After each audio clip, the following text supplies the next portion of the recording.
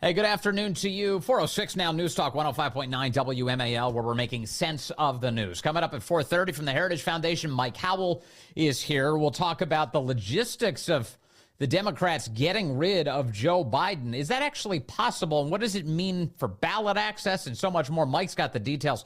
Tommy Tuberville, the United States Senator from Alabama. Coach Tuberville. You'll be able to hear from him at 5 o'clock right here on the show. And you can chat with us at 888-630-9625, 888-630-WMAL.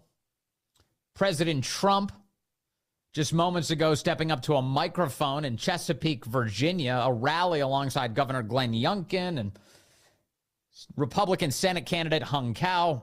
Here's President Trump saying hello to the crowd. Thank you. Hello, Virginia. Did anybody last night watch a thing called The Debate? That was a big one. But as you saw on television last night, we had a big victory against a man that really is looking to destroy our country. He's the worst. He's the most corrupt, the most incompetent president in the history of our country. There he is, President Trump. More audio ahead from his remarks today. And, on this day, there's a lot of news breaking, including out of the United States Supreme Court. The Chevron doctrine overturned today, in place since the 80s, which allowed these government agencies to be absolutely out of control and to make up the laws on their own. The United States Supreme Court today smacking them back and saying, no, it's Congress's job to write laws. And these agencies have out-of-control power. Another win for liberty this week in a week where we've had a couple of those, including the SEC having its power slapped back by the Supreme Court as well. And then a big decision today in a case called Fischer v. U.S., which involves potentially hundreds of January 6 defendants and President Trump himself. For more on this, I want to bring in Julie Kelly now. She's the author of the Declassified by Julie Kelly Substack and the book January 6, How Democrats Used the Capitol Protests to Launch a War on Terror Against the Political Right. Julie, great to have you back with us. Hey, Corey, thanks for Vince. Sorry. Corey. Corey's here, too. You can say hi to Corey if you'd like. I did already. Sorry, Vince. It's been a day and a week, so I'm sorry. sure it has. I know. You're relentlessly covering these issues. But I did see that you responded with some elation today to what the Supreme Court came out with. Tell us what happened.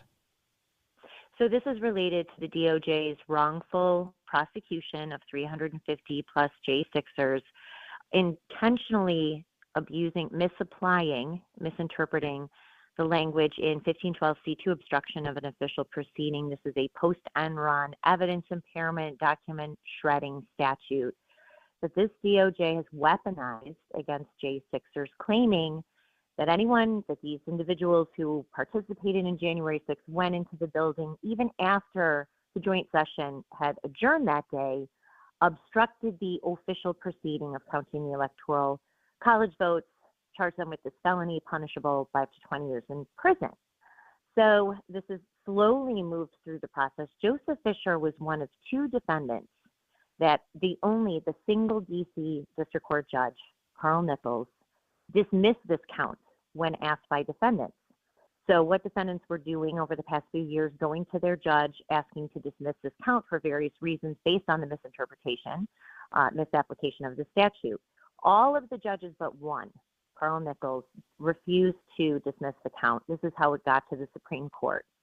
So today, finally, huge relief for these defendants, overall demonstrating, again, the political prosecution against individuals who protested Joe Biden's election on January 6th.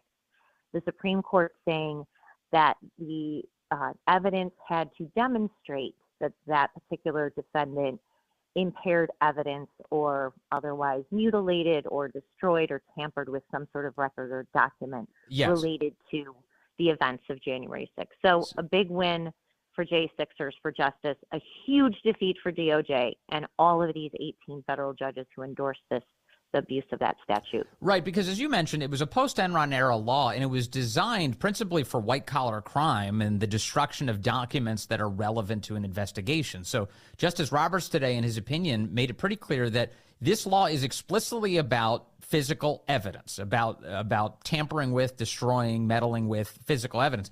That's not what's at stake here with any of these January 6 defendants, yet the Justice Department kept charging them with that, correct?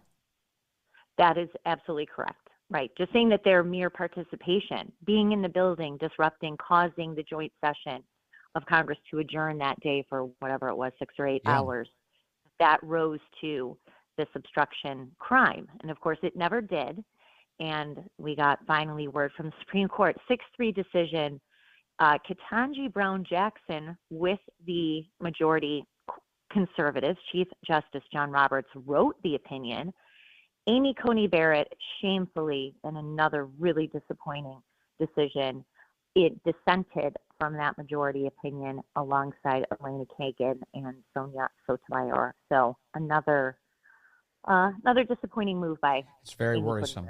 Very worrisome. Very. And I mean, and it really tells you everything. The one justice who can't even tell what a woman is knew that this law doesn't apply to January 6 defendants. And this January 6 case, it's not just the January 6 defendants. In the intro, I mentioned that this also has implications for President Trump, doesn't it?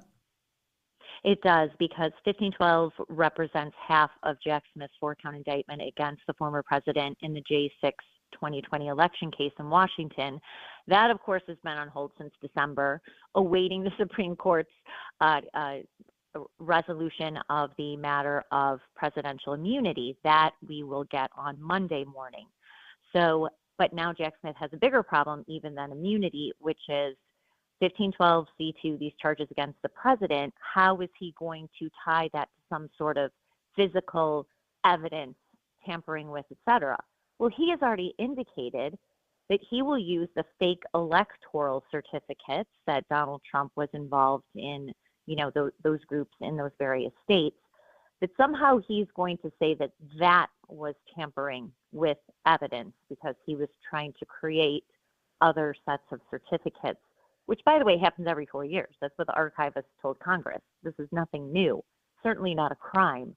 But I think that that's what he's going to tie that to, or the fact that there were actual certificates, electoral college certificates, that were going to be physically counted that day, that somehow, but how does that rise to impairment or destroying them or tampering with them? So bizarre. Donald Trump never put his hands on him, and neither did any of the J6ers. But Vince, we know that this doesn't matter, right, in the D.C. courts. These judges are going to be desperate to salvage their reputations and salvage this count against J6ers somehow. It when you describe it, it really compounds the unfairness of all of this, because you think, okay, so Jack Smith brought a case. He had a case. He laid it out. He charged Trump. And now if the court comes along and they're like, actually, what you're doing is totally inappropriate. This law doesn't even apply based on the way you laid it out. You can just retcon your entire indictment into something else. You're like, oh, okay, well, I'm going to change it now. And now we're going to go after him with this. Like, that's preposterous and totally tyrannical. Well, he does mention the fake electoral certificates in his indictment. So there already is sort of a tie, but it won't rise to what the Supreme Court, the majority, kind of laid out today. Got it. Now, Vince, there is a chance that Jack Smith will bring what's called a superseding indictment, that he will reconfigure the counts against the president, especially after we see what the immunity ruling looks like. And he could bring additional charges. He could drop the 1512, and he could bring what we thought, and I'm actually surprised he hasn't, seditious conspiracy charges or other counts to replace the 1512 C2. So that's something that we will be keeping our eye out for, because they are not going to give up on this at all, certainly not easily. They will triple down on not only this charge, but this indictment to push this to trial in Washington before Election Day. It looks very slim, but they're going to work every angle they possibly can to try to get it done. Yeah, and after Biden's performance last night, they're looking for anything they can find, and they're becoming increasingly desperate. How important is this immunity opinion that we expect Monday? Crucial. It not only for the former president, but for future presidents and for the country. Because if the court comes back and blanketly says that a former president, is not immune from criminal prosecution for his acts in office, without parsing out in Jack Smith's specific indictment what was presidential conduct, obviously thinking about appointing a new attorney general, certainly with executive power. but the other ones that could be determined personal or political. That's sort of what the court was indicating during oral arguments, but we don't know what they're going to say. So, Vince, if the court comes back and a majority says just in a blanket way, no, president is not immune, then Katie barred the door, not just for Donald Trump, but this is what we will descend into this banana republic style territory where successors will do nothing but go after their predecessors and use their Justice Department and the courts accordingly. But that is not certainly what most people are expecting. They are expecting the court to kick this back to either the appellate court or the district court, Judge Chutkin, and again, hold some sort of hearing to determine what elements in the indictment were covered by presidential authority versus those that were not. Yeah, based on the oral arguments, it did sound like that some narrow immunity at least is on the way, but we'll see. We're all waiting for Monday. In the meantime, Julie Kelly, thank you as always for your excellent reporting. And on an important day, this is a really big deal. Actually, before I let you go, one more thing. For the January 6th defendants all across the board, how long will they have to wait to see the benefit of today's case? Well, it's going to be quite a mess at the D.C. courthouse because you already have people who are in jail on this count, where this count has driven the majority of their prison sentence. So they've already filed for motions for release. Some judges have already released a few J6ers, believing that we were going to get what we got today in Fischer. But They're also now going to ask to vacate convictions. Trials and plea deals have already been delayed. So it's going to be quite a mess. But again, I don't know how much relief is going to come, because if this DOJ and the courts are going to scramble to salvage this and find some evidence impairment, document impairment angle to any of their involvement, that is not exactly the relief that they were looking for. But this is still a very harsh rebuke of the DOJ and the courts and how they have handled this charge so far. Long overdue. All right, Julie Kelly, thank you as always. Nice to talk to you today. Thanks for having me on, Vince. Have a great weekend. Of course, you too. And be sure to check out Julie Kelly's Declassified by Julie Kelly Substack. All right, let me see here. I want to take a call here. This is stand by. I'm just checking the calls again because there was somebody I really wanted to take here. Goodness gracious. I think they may have fallen off on me. What was this about? This was the Robert Hur thing. Yeah, that's what I wanted. Dennis in Annapolis, line 3. Thank you. Dennis is here on line 3. Dennis, good afternoon. You're on the Vince Coglianese Show. Yeah, thanks, Vin, for taking my call. So I don't know which of the House committees are trying to get try that audio tape of the Robert Hur interview from Merrick Garland. Right. But after Biden's dismal performance last night, I'm not sure they even need it now. This is a great point. I agree with you, actually. I really think that Merrick Garland should stop being a tyrannical idiot and just release this thing. But I'm totally with you. We've got all the evidence we need. Are you looking for evidence that Biden is failing? We have it, don't we? Yes, we do. Can I make one other point?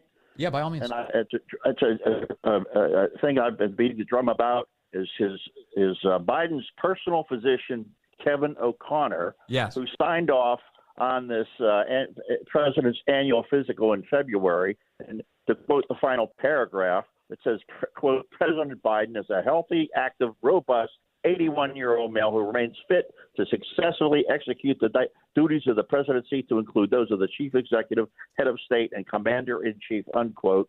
And he signed off on this. And there was no cognitive exam done, of course. So I submit that I question his ethics and his competence. I mean, if he had any ethics, he would have resigned. I would have never put my name to this document. It's like he's part of the cover-up.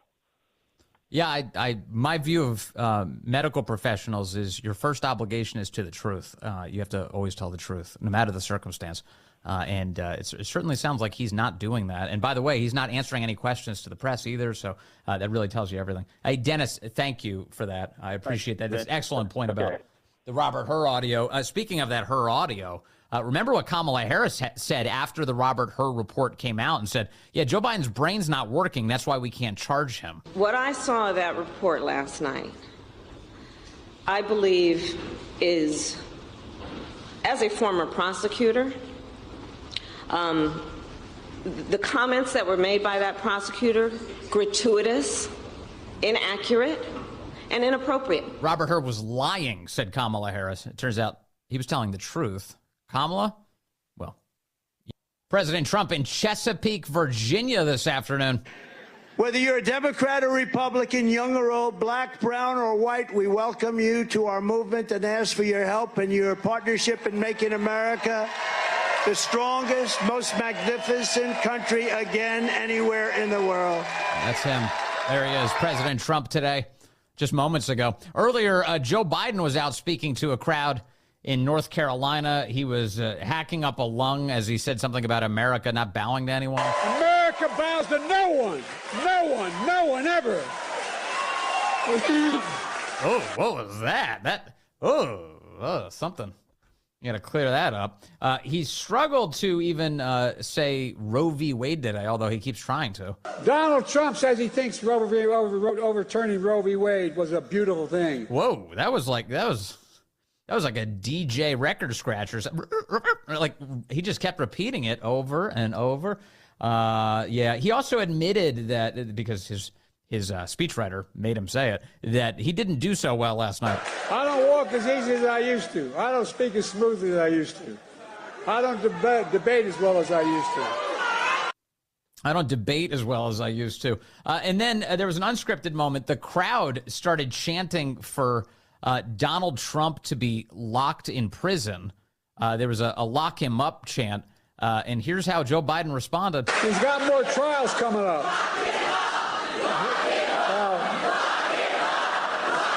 Time for that. Look. He said, there's time for that. Did you hear him say that? He's like, don't you worry. There's time for that. Not giving up on tyranny just yet. In fact, they need to do it even more now. Coming up, what to do. Democrats debating the future.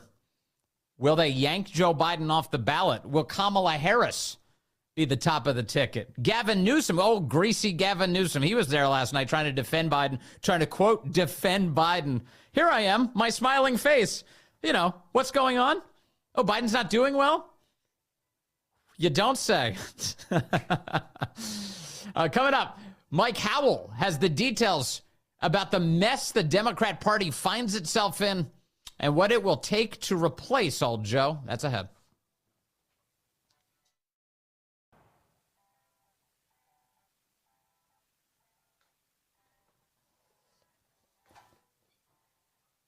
Hey, good afternoon to you. Right now, 435 News Talk 105.9 WMAL, where we're making sense of the news. Coming up, Senator Tommy Tuberville reacts to that bizarre debate last night on CNN. That'll be at 5 o'clock. You can join us, 888-630-9625, 888-630-WMAL. The copium is strong with MSNBC. Here's Joe Scarborough this morning. If, however, you believe, as do I, and as do so many people who watch this program and who fear just how dark of a place a second Donald Trump term will take America, then I think it's critical that we ask the same questions. It would prove the show is about stupid. This man I love, respect, and whose public service in saving this country from Donald Trump over the last 3.5 years, I honor and always will. I think we have to ask the same questions of him that we have asked of Donald Trump since 2016, and that is, if he were CEO and he turned in a performance like that, would any corporation in America, any Fortune 500 corporation in America, is he crying? Keep him on as CEO? He sounds like he's crying a little bit. Anyway, that apparently is the conversation. At least it was overnight. You never know with these Democrats. They're so temperamental. It could change from moment to moment. But replace Joe Biden. What would that even look like? Is it possible? Mike Howell has dug in on this question. He's the director of the Oversight Project at the Heritage Foundation, and he joins us now. Mike, good to have you with us, sir. Thanks for having me on. All right, so what is possible here? Can Democrats replace Joe? Can it be done? Theoretically, yes, but with great difficulty, and it's not a slam dunk. And so it gets harder as time goes on, particularly post-convention. But to kind of break this down to the highest level, there's two separate issues right now. There is the convention where the delegates go and pick the party's nominee, but that does not necessarily mean ballot access for that person is guaranteed, because the patchwork of various state laws, rules, and procedures are all different, than others. Mm-hmm. Some states have very tight mechanisms that are laid out for why you could do a substitution or withdrawal. States have different timelines for that. They have different paperwork hurdles that need to be accomplished. And so the really short answer to your question is, it is extraordinarily complicated, and it's going to near guarantee extensive litigation, which we will lead should we take the position that an illegal substitution or withdrawal is going to occur. And then the end result of that could very well be Michelle Obama or Hillary Clinton have to run as a write-in candidate if that is who they replace Joe Biden with. So on these ballots, I don't know if it's the same in every state, but the impression I'm getting is it's not just a placeholder for the party. It's literally the person's name is what is applied for and granted in order to appear on the ballot. That's absolutely right. And different states have times where that needs to be met, when the ballots themselves are actually printed, and what you do if the change were to occur. And so in a lot of states, it'll end up being completely fine, particularly in states where, it's blue jurisdictions. They're going to do whatever it takes to switch them out if that does happen. So that's where we will step in and sue to make sure that if processes are being violated, they can't do it as a matter of election integrity. The rules need to be followed. So in states where we now have endless elections, it used to be election day, but of course the left especially has stretched that into infinity. Does that create further complications for Joe Biden? In other words, Democrats have advocated to stretch the election into months-long affairs. Is that the kind of thing that makes it problematic for the Democrats to replace Joe? Yes, absolutely. And there's an even more obvious reason why this is a thermonuclear, to be honest with you, situation for them. It's because the whole point of the long voting periods and the unaccountable mail-in ballots is to make it easier to cheat and have them filled out and collected, from locations. Right. Imagine if you're having to run a write-in candidate as opposed to just simply filling in the circle on the ballot. That the cheating machine is not well equipped to do that. It's a lot more difficult. So we're we got our eyes on that. I'm just envisioning the obvious handwriting analysis that would go along with that. If it's the same exact handwriting thousands and thousands of times, it really kind of gives away the game, doesn't it? It absolutely does. And this is something I think Biden camp has been contemplating for a while as a defensive measure. The further it goes along and he survives here and then, pushes off the challenges, the harder it is for them to effectuate the replacement plan. And so what we have now is basically this cat and mouse game where Biden every day is more likely he stays on.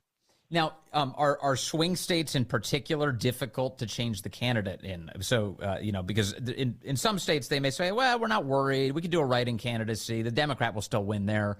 Are some of the swing states the ones where there will be a real challenge?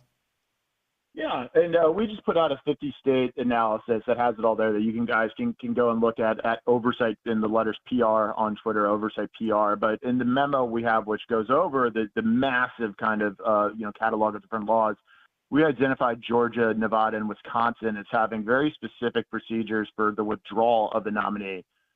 Again, with different degrees of applicability and timelines. And then Wisconsin has a fairly tight rule set that doesn't really allow for withdrawal for any reasons besides death. And so some states you'll see things like they can withdraw if they're die or severely ill.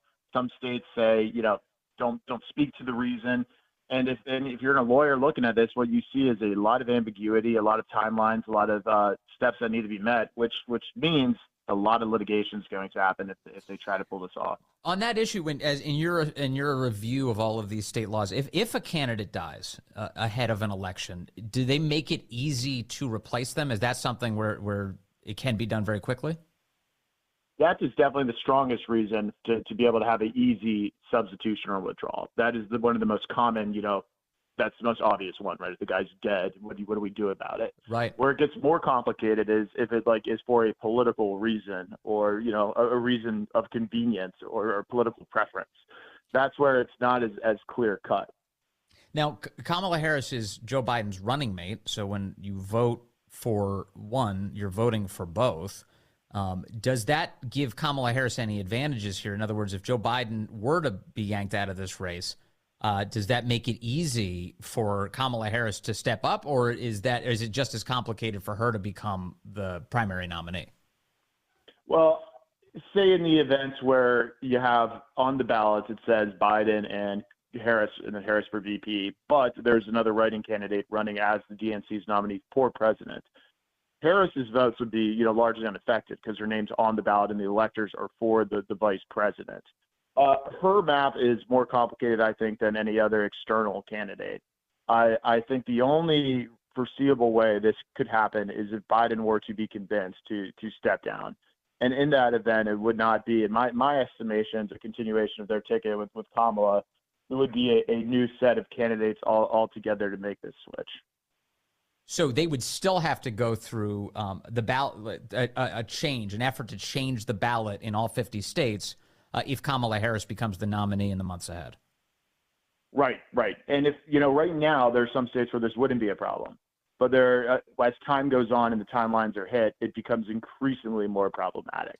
Okay. No, go ahead. Finish that thought first.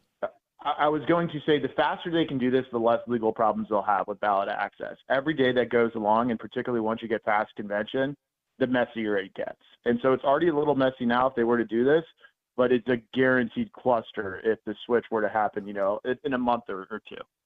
Right, and they've had some trouble. I think it was Ohio's ballot, right? Because Ohio's ballot deadline was going to occur before the Democrat convention, so the DNC had to make a decision that they're actually going to hold an official virtual proceeding prior to Ohio's deadline, which means that when they actually go to the physical convention, that they're just shooting blanks. That's just really a ceremonial event.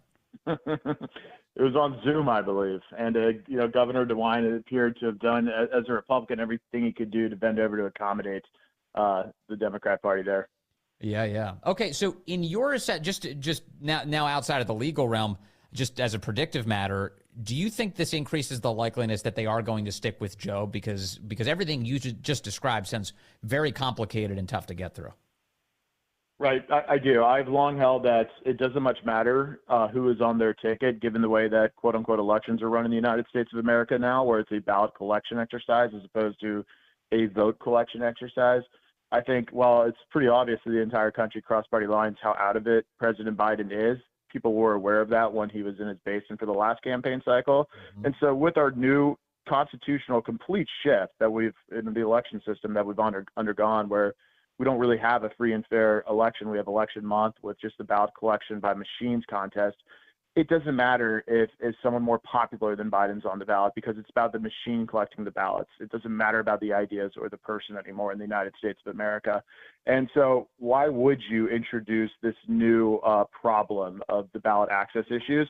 I think that's what Joe Biden camp's probably arguing, is if you sub me out, you're not going to get any more ballots than you would otherwise, and you might be able to get less because of this issue. And they could always should they prevail in that ballot collection exercise, they could always sub him out after the election.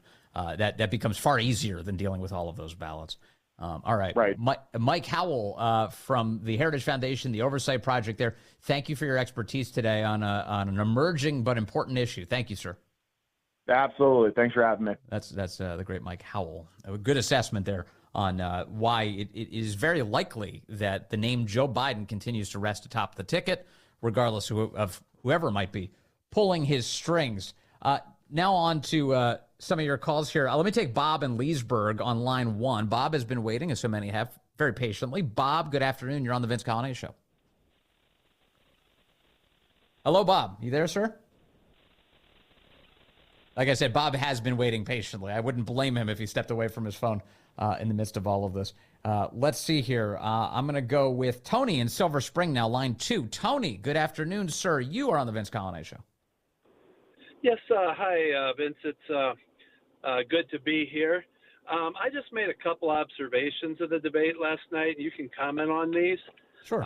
The first one's rather silly, but Biden began every time he spoke, he began with the phrase, the idea that, and then he went on to talk. He does do that. That's a good point. And, but more importantly, I noticed after the debate, and I was watching the mainstream media flipping back and forth. Me too. Just to see how it went. And while they all acknowledge that Biden did awful, they still had to get their jabs in on Trump. They would say, Trump lied about such and such, and Biden should have pounced on that, but he didn't. So they had to get their jabs in on Trump. It's like they're not giving up, even though they might be giving up on Biden, but they still want to get those jabs in on Trump. Yeah, in fact, in one sense, I was doing what you were doing. I was flipping back and forth between MSNBC and CNN. I couldn't get enough. I was like, oh man, I got to see what's going on over here. On CNN, they brought out their Canadian fact checker guy. His name is Daniel Dale, and he offered a couple of courtesy fact checks to charity fact checks to Biden. He's like, oh, he got some things wrong, and it was like nothing. It was just a handful of things, and then he went after Trump. He made it was all political opinions. It was nonsense. I was listening to every one of them. I'm like, that's a lie. That's literally just a political talking point. And the guy who was lying was the CNN guy, the Canadian fact checker. And but that was the tenor last night. To the extent that they could hang on to anything to try and malign Trump, it was little jabs like that. And I had one final question. Did I hear it correctly? Did Trump actually call Biden Brandon early on? Did I catch that right, or did I just mishear that? Oh, no, Corey's telling me that it was a reference apparently to Brandon Judd, not an effort to call Biden Brandon, although that would have been, I think, fair game too, honestly. Yeah, but no, apparently it was Brandon Judd, the former head of the Border Patrol Union. I was distracted at the moment, so I just heard it in the background. But thanks for taking my call. Yeah, my pleasure. Thank you, Tony. Tony observing very closely the debate last night. Actually, on the Border Patrol Union thing, Biden at one point claimed that he was endorsed by the Border Patrol. He just said the Border Patrol. What he was trying to say was the Border Patrol Union. Regardless, it's not true. Listen to this. This is Biden last night. We significantly increased the number of asylum officers. By the way, the Border Patrol endorsed my position. Wow, that was barely English. But at the end, he said the Border Patrol endorsed me. They endorsed my position. Well, that's not true. What he was attempting to say, because I do kind of have a capacity to speak Bidenese here. What he was attempting to say was that the Border Patrol Union did endorse the framework for the Lankford Democrat border bill, the McConnell Democrat border bill in the Senate. The Border Patrol Union, when I asked them about this, said that they were merely endorsing the framework for it. They wanted it to be heavily amended. They didn't like it as written. That was what they said to me, and apparently in a couple of other places. But they did not endorse Biden. In fact, on that issue, the idea that they endorsed Biden, the Border Patrol Union tweeted during the debate last night, to be clear, we never have and never will endorse Biden. So just to clarify that detail. All right, more of your calls ahead. Also, we've got to get to that great golf exchange between Donald Trump and Joe Biden. One of the funniest things. Also, President Trump went golfing this morning after that late night last night. Apparently, he golfed this morning ahead of his visit to Chesapeake, Virginia today. So he stayed busy. I think Biden got some rest. He got some rest. All right, let's go to Emily calling in from Fort Washington now on line 3. Emily, good afternoon. You're on the Vince Coglianese Show. Oh, hi, Vince. Hi, Emily. Thanks for taking my call. Of course. And I just wanted to say a couple things that, you know how they're saying that we should get another chance at this debate business. And my suggestion is if Trump allows them to have a second debate, that what Trump should be calling the shots at that debate. He should first insist that Dr. Ronnie Jackson do a cognitive test on Biden so the public knows the whole truth about his health. And then Trump should pick the moderators, the location, date, and the time. And I think that's only fair. Yeah, some of this apparently right now, although, of course, President Trump could kind of change things up now. Some of this is a little bit set already because they have a debate that they've agreed to, at least for the moment, in September with ABC. I don't think the moderators have been named for this thing yet.